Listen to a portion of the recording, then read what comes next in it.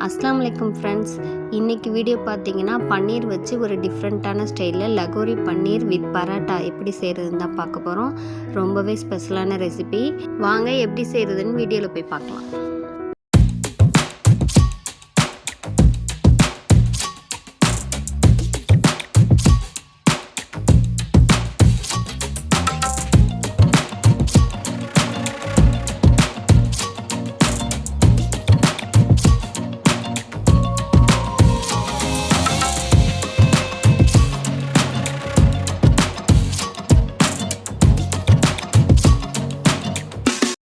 First பார்த்தீங்கன்னா 3 தக்காளி, 2 பெரிய வெங்காயம், ஒரு 6 பூண்டு பல், ஒரு 2 துண்டு இஞ்சி எல்லாத்தையும் கட் பண்ணி எடுத்து வச்சுக்கலாம். பன்னீர் பார்த்தீங்கன்னா ஒரு 50 கிராம் பன்னீர் இருக்கும். இது வந்து ஹோம்மேடாக வீட்டிலே பண்ணுது. இது வந்து நான் இப்போ ஃப்ரீசர்லேருந்து எடுத்து வெளில வச்சுருக்கேன். பாருங்கள் எவ்வளோ பார்க்குறக்கே சூப்பராக இருக்குது. இதை வந்து இப்போ சுடு தண்ணி வச்சு நம்ம ஒரு 1 மினிட்டுக்கு ஊற்றி வச்சிடலாம் சுடு தண்ணி. அப்போ தான் வந்து நம்ம ஃப்ரீசர்லேருந்து எடுத்துருக்கனால கொஞ்சம் சாஃப்டாகும். அதுக்காக நான் சுடு தண்ணி வச்சு இப்போ இதில் வந்து சேர்க்க போகிறேன். யாரெல்லாம் இதே மாதிரி வீட்டில் ஹோம்மேடாக பன்னீர் ரெடி பண்ணுவீங்கன்னு கமெண்ட்டில் சொல்லுங்கள். நான் டைம் கிடைக்கிறப்போ இதை மாதிரி ரெடி பண்ணி வச்சுப்பேன். கடைங்களில் கிடைக்கிற பன்னீர் வந்து எவ்வளோக்கு எவ்வளோ குவாலிட்டியாக இருக்குன்னு தெரியாது. அதனால நம்ம வீட்டில் இந்த மாதிரி டைம் கிடைக்கிறப்போ பண்ணி வச்சுக்கலாம். அப்போ நம்ம குழந்தைங்களுக்கு கொடுக்கும்போதும் நம்ம எந்தவித பயமும் இல்லாமல் நம்ம கொடுக்கலாம். நமக்குமே சாப்பிடும்போது கொஞ்சம் ஹெல்த்தியாக கொடுத்த மாதிரி இருக்கும். நல்லா இது மாதிரி மிக்ஸ் பண்ணி விட்டு ஒரு 1 மினிட்டுக்கு அப்படியே விட்டுறலாம். நான் எல்லாமே கட் பண்ணி எடுத்துகிட்டு வந்துட்டேன். பாருங்கள் இது மாதிரி ஸ்லைஸ் பண்ணி வச்சுக்கோங்க.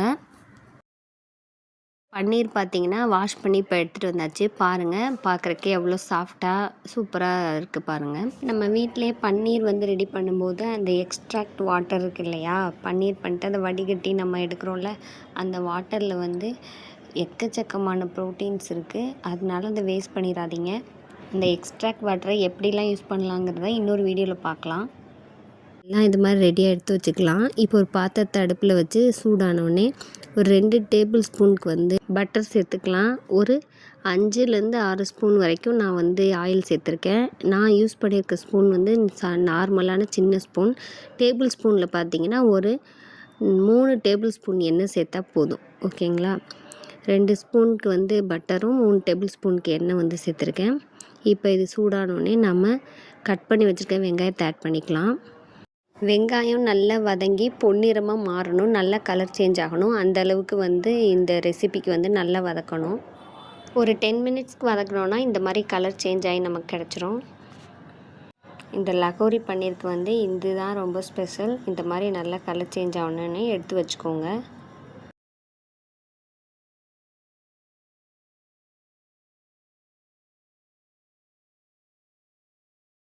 ஒரு மிக்சர் ஜாரில் நம்ம கட் பண்ணி வச்ச வெங்காயம், தக்காளி, இஞ்சி, பூண்டு எல்லாத்தையும் சேர்த்து அரைச்சி எடுத்துக்கலாம். இது ஒரு ஓரமாக இருக்கட்டும். வெங்காயம் வதக்கின அதே எண்ணெயில் இப்போ நம்ம பன்னீரையும் போட்டு ஃப்ரை பண்ணி எடுத்துக்கலாம். பாருங்கள் நம்ம பன்னீர் எவ்வளோ சாஃப்டாக இருக்குன்னு. இப்போ எல்லாத்தையும் போட்டு நம்ம ஃப்ரை பண்ணி எடுத்துக்கலாம். லைட்டாக ஒரு பொன்னிறமானா போதும், அந்த மாதிரி போட்டு ஃப்ரை பண்ணி எடுத்துக்கோங்க.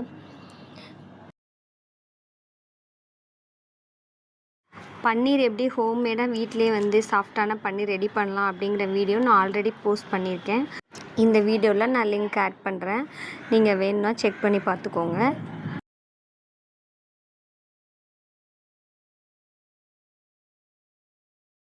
ஒரு 5 to 7 நிமிஷத்துலேயே நல்லா ஃப்ரை ஆகிடும். அந்த கேப்பில் நம்ம ஆற வச்சிருந்த வெங்காயத்தையும் அரைச்சி எடுத்துகிட்டு வந்துடலாம். இப்போ நம்ம எடுத்து வச்சோம்ல வெங்காயம், அது கூட முந்திரி பருப்பு ஒரு 10லேருந்து 15 முந்திரி பருப்பு சேர்த்துக்கலாம். சேர்த்து நம்ம மிக்ஸி ஜாரில் தனியாக அரைச்சி எடுத்துக்கலாம். ஒரு சுத்து விட்டு எடுத்துகிட்டு தண்ணி ஆட் பண்ணி நல்லா நைஸாக அரைச்சி எடுத்துக்கோங்க. இந்த கன்சிஸ்டன்சியில் இருக்கணும்.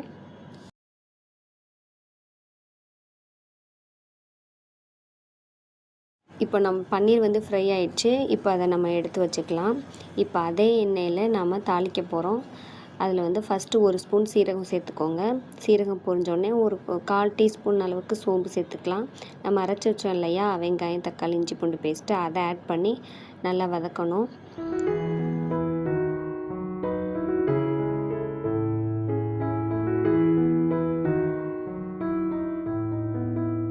1 நிமிஷத்துக்கு வதக்கிட்டு தேவையான அளவு மிளகாய் தூள் சேர்த்துக்கலாம். நான் வந்து 1 ஸ்பூன் வந்து சேர்த்துருக்கேன். ஒரு 1 1/4 ஸ்பூன் அளவு மல்லித்தூள் வந்து சேர்த்துருக்கேன். ஒரு 1/4 டீஸ்பூன் மஞ்சத்தூள் வந்து சேர்த்துக்கலாம். நான் சேர்த்துருக்க ஸ்பூன் நான் காட்டியிருக்கேன். இதில் சின்ன ஸ்பூன் தான், இந்த அளவு சேர்த்துருக்கேன். 1 ஸ்பூன் அளவு சீரகத்தூள், ஒரு 3/4 ஸ்பூனுக்கு வந்து கரம் மசாலா போட்டுக்கோங்க. இது எல்லாம் சேர்த்துட்டு நல்லா ஒரு தடவை அதோட பச்சை வாசம் போகணும். அந்தளவுக்கு நல்லா வதக்கி எடுத்துக்கோங்க.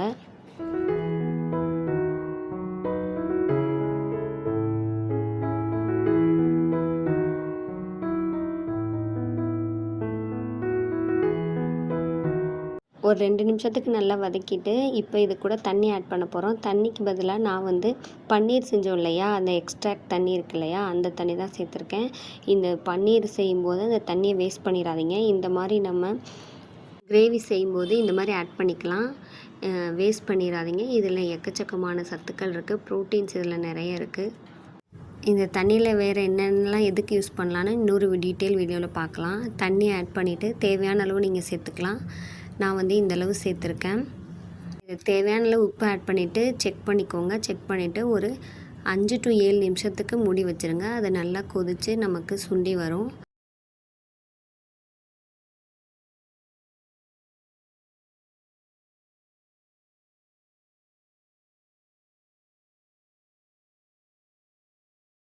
இப்போ பாருங்கள், நான் கொதித்தோடனே ஓப்பன் பண்ணி காட்டியிருக்கேன். பார்க்குறக்கே சூப்பராக இருக்குது.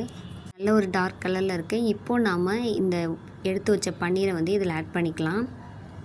வெங்காயத்தை நம்ம நல்லா பொன்னிறமாக பொரிச்சு எடுத்து நம்ம அரைச்சி சேர்த்தோம் இல்லையா, அதனால தான் இவ்வளோ கலர்ஃபுல்லாக இருக்குது. அதுதான் இந்த டிஷ்ஷோட ஸ்பெஷலே. நீங்களும் இதே மாதிரி ட்ரை பண்ணுங்கள்.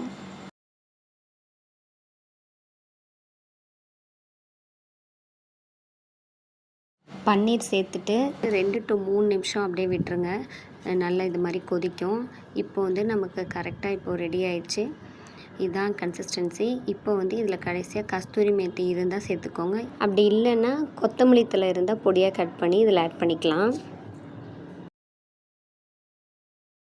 ஃபைனலாக 1 ஸ்பூன் பட்டர் சேர்த்துக்கலாம். இல்லைன்னா அமுல் க்ரீம், ஃப்ரெஷ் க்ரீம் வச்சுருந்தீங்கன்னா அதை கூட நீங்கள் ஆட் பண்ணிக்கலாம். இன்னுமே டேஸ்ட் ரிச்சாக இருக்கும். செம்ம டேஸ்ட்டாக இருக்கும். கண்டிப்பாக ட்ரை பண்ணுங்கள். எங்களுக்கு சூப்பராக இருந்துச்சு. நான் ஃபஸ்ட் டைம் தான் ட்ரை பண்ணேன். செம்ம எம்மியாக இருந்துச்சு. இப்போ அடுத்து வந்து நம்ம பரோட்டா எப்படி செய்யுதுன்னு பார்க்கலாம். கிச்சன் கவுண்டர் டாப்பை நல்லா சுத்தமாக வாஷ் பண்ணிவிட்டு நல்லா க்ளீன் பண்ணி விட்டுட்டு அப்புறமா செய்ய ஆரம்பிங்க. மாவு பிசைகிற வீடியோ வந்து நான் இதில் ஆட் பண்ணல, நான் எடுக்கல, சாரி. நெக்ஸ்ட் டைம் உங்களுக்கு வேணும்னா சொல்லுங்கள். நான் எப்படி வந்து மாவு வந்து தண்ணி எவ்வளோ ஆட் பண்ணணும் என்ன அப்படிங்கிற டீட்டெயிலோடு நான் டீட்டெயில் வீடியோவாக போடுறேன். நான் வந்து 1/2 கிலோ மைதா மாவு எடுத்திருக்கேன். 1/2 கிலோ மைதா மாவுக்கு ஒரு 1/2 டம்ளர் அளவுக்கு காய்ச்சி அரைச்ச பால் எடுத்துக்கலாம். அது கூடவே தேவையான அளவு உப்பு, 1 ஸ்பூன் வந்து சுகர் வந்து ஆட் பண்ணி அதை வந்து மாவில் ஊற்றி முதல்ல பிசைஞ்சிக்கோங்க. அது நல்லா ஊற்றி பிசைஞ்சிட்டு அது கூட இப்போ தண்ணி, அது மட்டும் பத்தாது, அதுக்காக தண்ணியும் ஆட் பண்ணி நல்லா பிசைஞ்சு எடுத்துக்கோங்க. உங்களுக்கு தெரியும் இல்லையா, பரோட்டா மாவு கன்சிஸ்டன்சி இந்த மாதிரி நல்லா பிசைஞ்சுக்கணும். லாஸ்ட்டாக பிசைஞ்சு முடிக்கும் போது கொஞ்சம் எண்ணெயும் நல்லாவே தாராளமாக எண்ணெய் போடணும் பரோட்டாக்கு. அப்போ தான் நமக்கு சாஃப்டாக இருக்கும். நல்லா எண்ணெய் போட்டு நல்லா பிசைஞ்சிட்டு ஊற வச்சுடுங்க. நல்ல ஒரு காற்று போகாத மாதிரி மூடி போட்டு ஊற வச்சுருங்க. ஊறின பின்னாடி இப்போ நான் ஊறின மாவு தான் உங்களுக்கு காட்டியிருக்கேன். இந்த மாதிரி மாவை உருட்டி எடுத்து உள் பக்கமாக இப்படி கொடுத்து நல்லா இப்படி நம்ம மாவை உருட்டி எடுத்தோன்னா இப்படி உருண்டையாக நமக்கு திரண்டு வரும். அப்போ அதை தனியாக இப்படி கட் பண்ணி எடுத்துக்கலாம். எடுத்துகிட்டு இந்த மாதிரி ஷேப் பண்ணி வச்சுக்கலாம். இந்த மாதிரி உங்களுக்கு தெரியாது அப்படின்னாக்கா ஒரு கைப்பிடி அளவுக்கு மாவு வந்து எடுத்துக்கோங்க. பிச்சு எடுத்துகிட்டு அதை வந்து கையில் வச்சே நல்லா உருட்டி எடுங்க. அந்த மாதிரியும் பண்ணலாம்.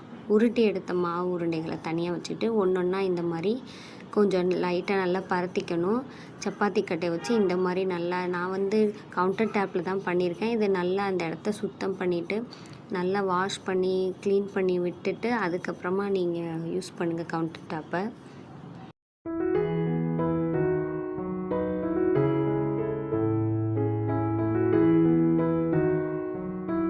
கிச்சன் கவுண்டர் டாப்பில் தான் நான் காட்டியிருக்கேன். இந்த மாதிரி பரத்திட்டு இதுக்கு மேலே இந்த மாதிரி எண்ணெய் போட்டு இது பண்ணிவிட்டு அதுக்கப்புறம் கீழே ஒரு கை நான் பிடிச்சிருக்கேன் பாருங்கள், அதே மாதிரி ரைட் ஹேண்டு கீழே வச்சுட்டு லெஃப்ட் ஹேண்ட் மேலே உங்களுக்கு எப்படி வாட்டம் வருதோ அந்த மாதிரி பிடிச்சிட்டு நல்லா கையில் எடுத்துகிட்டு இப்படி தூக்கி ஒரு சொல்லிட்டிங்கன்னா இந்த மாதிரி நமக்கு நல்லாவே விரிஞ்சு கிடைக்கும். இந்த மாதிரி கிழியுது அப்படின்ட்டு பயப்பட வேணாம். அது கிழிஞ்சாலும் பரவாயில்ல, நீங்கள் பண்ணிகிட்டே இருங்க, உங்களுக்கு நல்லாவே வரும். இந்த மாதிரி நல்லா அடித்து பரத்தும் போது நல்லாவே நம்மளோட பரோட்டா சாஃப்டாக இருக்கும். ஓகேங்களா? அதனால் இந்த மாதிரி நல்லா பண்ணிக்கோங்க. இது பண்ணிவிட்டு இது மேலே இன்னும் நல்லாவே தாராளமாக எண்ணெய் போட்டு அப்படியே நம்ம லேயர் இப்படியே மடிக்க தெரிலனா இப்போ பாருங்கள் நான் பண்ணுவேன், அதே மாதிரி பண்ணுங்கள். அப்படி தெரிலனா முன்னாடி பின்னாடி வச்சு லேயர் இப்படி மடிக்கணும். இந்த மாதிரி சும்மா ரஃபாகவே இப்படி பண்ணாவே நமக்கு லேயர் கிடச்சிரும். அதை இந்த மாதிரி பூ மாதிரி இப்படி சுற்றி நடுவில் இதில் இந்த மாதிரி காட்டியிருக்கேன் அந்த மாதிரி உள்ளே ஃபோல்ட் பண்ணி விட்டுருங்க. இப்போ நமக்கு சூப்பராக நமக்கு மாவு ரெடி ஆயிடுச்சு. பாருங்கள் எவ்வளோ லேயர் கிடச்சிருக்கு நமக்குன்னு. இந்த மாதிரி பரத்தி எடுத்துக்கோங்க. ஃபஸ்ட் டைம் பண்ணும்போது ஒரு மாதிரி நமக்கு எதுவுமே ஃபஸ்ட் டைம் ஒழுங்காக வராது இல்லையா, திரும்ப திரும்ப செஞ்சு பார்க்கும்போது நமக்கு ஈஸியாகிடும். பயப்படாமல் பண்ணுங்கள். இந்த மாதிரி எல்லா மாவு உருண்டைகளையும் நான் மடித்து எடுத்து வச்சுருக்கேன். நீங்கள் எடுத்து வச்சுக்கோங்க. இப்போ ஒன்று ஒன்றா நம்ம தேய்ச்சி பரோட்டா சுட்டு எடுத்துக்கலாம்.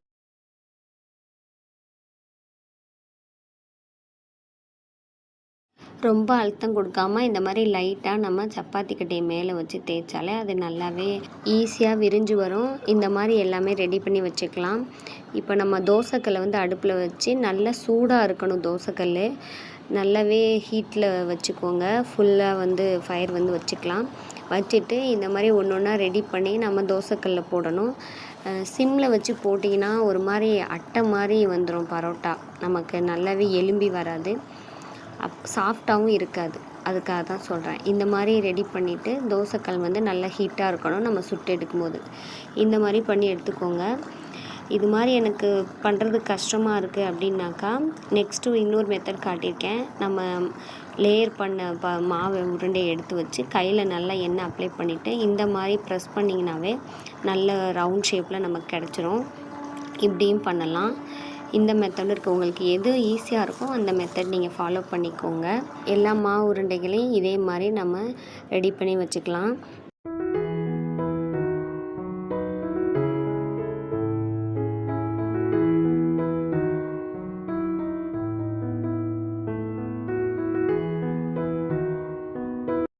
செஞ்சு வச்சுக்கோங்க. வச்சுட்டு அடுப்பை ஆன் பண்ணி கல் சூடு பண்ணிடுங்க. அடுத்தடுத்து செய்யும்போது இங்கே நம்ம சைட் பை சைடு சுடுறதுக்கும் ஈஸியாக இருக்கும். இந்த மாதிரி ஃபஸ்ட்டு போட்டுட்டு திருப்பி போட்டுட்டு எண்ணெய் சேர்த்துக்கோங்க. போடும்போதே எண்ணெய் சேர்க்கக்கூடாது. கல்லில் ஃபஸ்ட்டு பரோட்டா போட்டுட்டு நம்ம பரட்டி வச்சுருக்கோம் இல்லையா, அதை போட்டு ஒன் சைடு திருப்பி போட்டு அப்புறம் தான் எண்ணெய் சேர்க்கணும். அப்போ தான் நல்லாயிருக்கும். அடுத்து நெக்ஸ்ட்டு ஆப்போசிட் சைடு திருப்பி ஒரு நிமிஷம் இல்லை 2 நிமிஷத்துக்கு இருந்தால் போதும். அடுத்த பக்கம் திருப்பி போட்டுக்கலாம். இந்த மாதிரி நல்லா மாற்றி திருப்பி போட்டு ஓரங்களை லைட்டாக அழுத்தி விட்டுக்கோங்க. நல்லாவே இதுக்கு எண்ணெய் சேர்க்கணும். அப்போ தான் நமக்கு பரோட்டா சாஃப்டாக இருக்கும். அதுக்கு நிறையாவும் எண்ணெய் சேர்த்துற வேணாம். உங்களுக்கு தெரியும் இல்லையா, நீங்கள் எப்போ யூஸ் பண்ணுறத கொஞ்சம் அதிகமாக சேர்க்கணும். இந்த மாதிரி எல்லா பரோட்டாவையும் சுட்டு எடுத்துக்கோங்க. ஃபஸ்ட் டைம் பண்ணுறீங்கன்னா கொஞ்சம் எல்லாருக்குமே ஃபஸ்ட் டைம் எல்லாமே புதுசாக செய்யும்போது இதுவாக தான் இருக்கும். அதனால் நீங்கள் செய்ய உங்களுக்கு பழகிடும். நானுமே ஒரு டைமு செய்யும்போது தான் நான் எல்லாமே இதை கற்றுக்கிட்டேன். அந்த மாவு வீசுறது கூட எங்கள் மாமியார் சூப்பராக பண்ணுவாங்க. அவங்க பண்ணும்போது எதுவுமே அது எந்த டேமேஜும் ஆகாது. சூப்பராக இதை விட நல்லா பெருசாகவே பரத்துவாங்க எங்கள் மாமியார். அவங்க பண்ணுறது செம்ம டேஸ்ட்டாக இருக்கும். நல்லாவே பண்ணுவாங்க. அதை பார்த்து கற்றுக்கிட்டது தான். நீங்களும் இது மாதிரி ட்ரை பண்ணுங்கள். அப்படி வீசி இது பரத்த தெரியலன்னா சப்பாத்தி கட்டையை வச்சே நல்லா மெல்லிசாக தேய்ச்சி எடுத்துருங்க.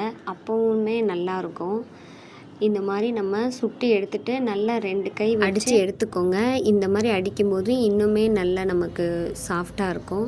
அந்த தோசைக்கல்ல வரும்போது கொஞ்சம் ஹார்டாக இருக்க மாதிரி இருக்கும். அதாவது மொறுன்னு நம்ம எண்ணெய் ஊற்றி சுடுறதுனால கொஞ்சம் இப்படி விரைச்சிட்டு இருக்க மாதிரி இருக்கும். நம்ம இந்த மாதிரி நல்லா டேப் பண்ணி விடும்போது எல்லாம் தனித்தனியாக பிரிஞ்சு சாஃப்டாக இருக்கும். நீங்களும் இது மாதிரி ட்ரை பண்ணுங்கள். இப்போ பாருங்கள், நம்ம பன்னீர் வித் பரோட்டா ரொம்பவே செம்ம டேஸ்டியாக ரெடி ஆயிடுச்சு. எப்படா இதை சாப்பிட்டு பார்ப்போம் எப்படி வந்திருக்கு அப்படின்ட்டு ரொம்ப ஈகராக வெயிட் பண்ணிகிட்டு இருந்தோம். ஒரு வழியாக எல்லாத்தையும் பண்ணி முடிச்சாச்சு. இப்போ டேஸ்டிங் தான். பாருங்கள் எவ்வளோ பரோட்டா எவ்வளோ சாஃப்டாக வந்திருக்குன்னு. இது லாஸ்ட்டாக பண்ணது கொஞ்சம் கொஞ்சம் அந்த பிஞ்சு இதெல்லாம் இருக்குது. வீடியோ வந்து கொஞ்சம் கிளியராக இல்லை, சாரி. அது வந்து கையெலாம் எண்ணெயாக இருந்தது, அதோட வீடியோ எடுக்கும்போது இந்த மாதிரி கிளியராக இல்லாமல் போயிடுச்சு. கொஞ்சம் அட்ஜஸ்ட் பண்ணிக்கோங்க ஃப்ரெண்ட்ஸ்.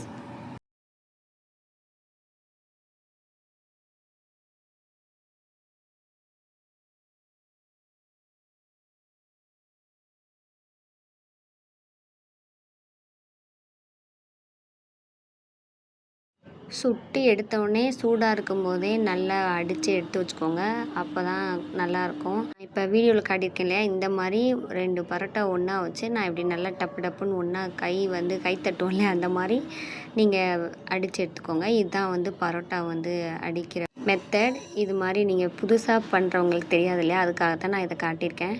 இது மாதிரி ரெடி பண்ணி எடுத்துக்கோங்க. பாருங்கள், பார்க்கும்போது எவ்வளோ சாஃப்டாக நமக்கு வந்திருக்குன்னு. இதே மாதிரி நீங்களும் ட்ரை பண்ணி என்ஜாய் பண்ணுங்கள்.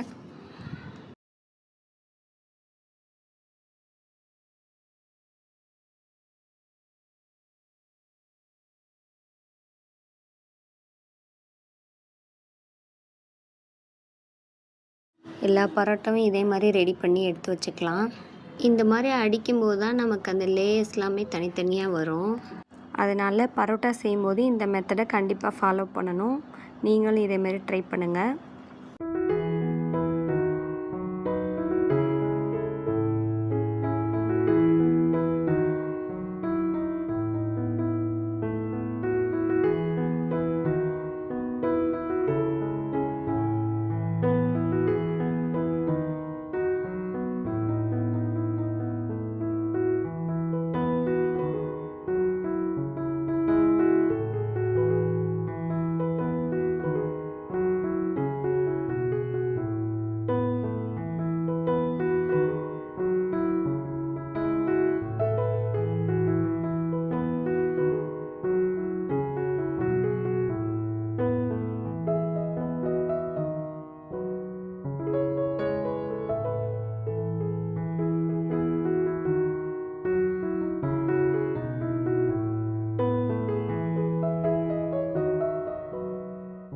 எவ்வளோ சாஃப்டாக வந்திருக்கு பாருங்கள் நம்ம பரோட்டா.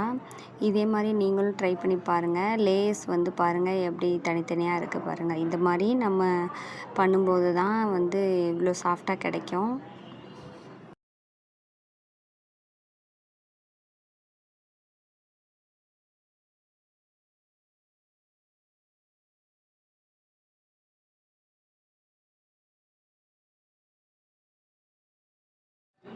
பாருங்கள், லேஸ் எல்லாமே தனித்தனியாக நமக்கு வந்திருக்கு. நல்லா இந்த மாதிரி சுட்டுட்டு அடித்து எடுக்கும்போது தான் இது மாதிரி நல்லா தனித்தனியாக பிரிஞ்சு கிடைக்கும். நீங்களும் இதை ஃபாலோ பண்ணுங்கள். ஃபர்ஸ்ட் டைம் செய்கிறீங்கன்னா நீங்கள் ஃபர்ஸ்ட் டைம் பண்ணும்போதே நல்லா வரும். நீங்கள் ட்ரை பண்ணுங்கள்.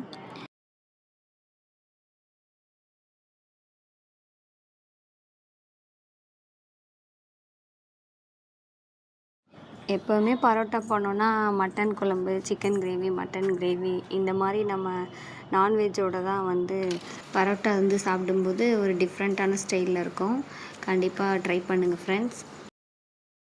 அதுலேருந்து நான் கொஞ்சம் எடுத்து உங்களுக்கு நான் டேஸ்டிங்காக காட்டியிருக்கேன். இந்த மாதிரி எப்போயுமே ஒரே மாதிரி பன்னீர் வச்சு பண்ணாமல் இந்த மாதிரி டிஃப்ரெண்ட்டாக ட்ரை பண்ணுங்கள். ஒரே மாதிரி சாப்பிட்டாலும் போர் அடிக்கும் இல்லையா, அதுக்காக தான் நானும் இது ஃபஸ்ட் டைம் ட்ரை பண்ணேன். ரொம்பவே சூப்பராக வந்துருந்துச்சு. நீங்களும் ட்ரை பண்ணி எப்படி வந்துச்சுன்னு கமெண்ட்டில் சொல்லுங்கள். பரோட்டாவே ரொம்ப சாஃப்டாக சூப்பராக இருந்துச்சு. நீங்களும் ஃபஸ்ட் டைம் ட்ரை பண்ணுறீங்கன்னா பயப்படாமல் செய்யுங்க, கண்டிப்பாக நல்லா வரும். செய்ய நீங்களும் பழகிடுவீங்க. நீங்களும் வீட்டில் இதே மாதிரி செஞ்சு பசங்களுக்கு கொடுங்க. அப்புறம் என்ன ஃப்ரெண்ட்ஸ், இன்னும் ஏன் வெயிட் பண்ணுறீங்க? நீங்களும் இதே மாதிரி லஹோரி பன்னீர் வித் பரோட்டா செஞ்சு அசத்துங்க. வீட்டில் இருக்கவங்க எல்லாம் என்ன இது புது டிஷ்ஷாக இருக்குன்ட்டு உங்களை பாராட்டுவாங்க. நான் ஃபர்ஸ்ட் டைம் ட்ரை பண்ணேன், ரொம்பவே சூப்பராக வந்துருந்துச்சு. நீங்களும் இதே மாதிரி ட்ரை பண்ணி என்ஜாய் பண்ணுங்கள். உங்கள் குழந்தைங்களுக்கு புதுசாக செஞ்சு கொடுத்து அசத்துங்க. வீடியோ யூஸ்ஃபுல்லாக இருந்தால் சேனலை சப்ஸ்கிரைப் பண்ணி லைக் பண்ணுங்கள். இன்னொரு வீடியோவில் பார்க்கலாம். அஸ்ஸலாமு அலைக்கும்.